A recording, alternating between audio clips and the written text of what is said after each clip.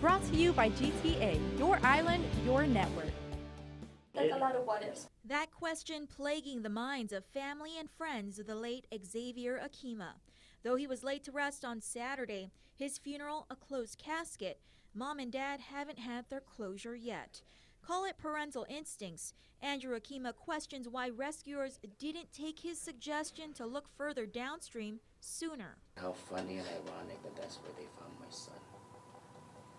You know, I didn't understand like why, you know, because I guess as a parent's instinct, we probably feel where our child was, but we're not certain. And to find out that that's where he was located, I mean, dead or alive, okay? I'm not saying that I wanted a miracle that he was going to be alive. The third day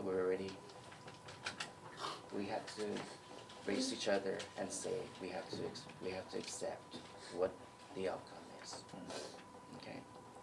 So that was the reason why, you know, I was kind of like upset because why wasn't I listened to? Rosie Akima also questioning why there were such limited resources searching for her son.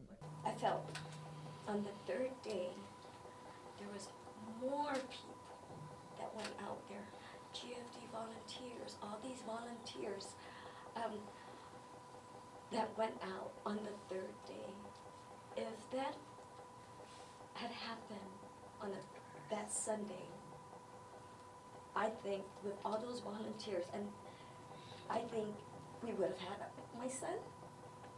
I think we would have had him in a better condition where I'll be able to hold him. I just didn't understand how come there were so many people on the third day than there was Sunday. The grieving couple, as well as several other family members, met with Guam Fire Department Acting Chief Darren Burrier, his assistant fire chiefs, and Governor Eddie Calvo on Wednesday to find out exactly what went down when rescuers hit the trails to search for the missing teen boy. GFD maintains it was too dangerous to allow volunteers to assist in the search. Drones were also prohibited to allow for a helicopter to comb the area from above. Guam's only search and rescue dog handler was also not on island at the time. I would have loved to have found him that first night. The probability, even with more rescuers, it's still a low probability that we would have found him because of the conditions. As you see, in the first 48 hours, our focus is on search and rescue. After 48 hours passes, then we start looking more towards the search and recovery. So our efforts were still towards search and rescue in hopes that we're going to find Xavier alive. And so the initial search and rescue efforts will be focused on the point of origin, and we took the point of origin as San Carlos Falls. And we start moving all our majority of our assets that way, going down the river, and then laterally moving upwards for any activity if he had egressed out. We also saw that with the amount of debris and twists and turns in the river of the probabilities of how far Xavier could have gone. And as far as he was found, and none of the experiences that we've had has a victim gone that far.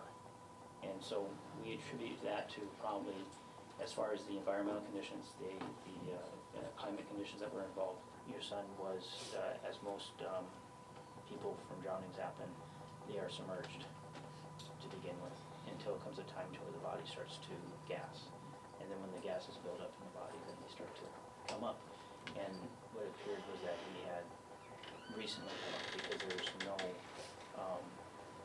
environmental assets on your son that would have said that he was exposed to environmental conditions. So we had the helicopter go up and down as you see in the search pattern, and if he was in the water, invisible, we would have seen him. That night, even with more assets, I don't think it would have been possible to find him. All agreed more can be done in the future so no other family has to experience what the Akimas endured during the 48 hours they waited anxiously for Xavier to be recovered. More signage, more resources to put towards search and rescue dogs, and more communication.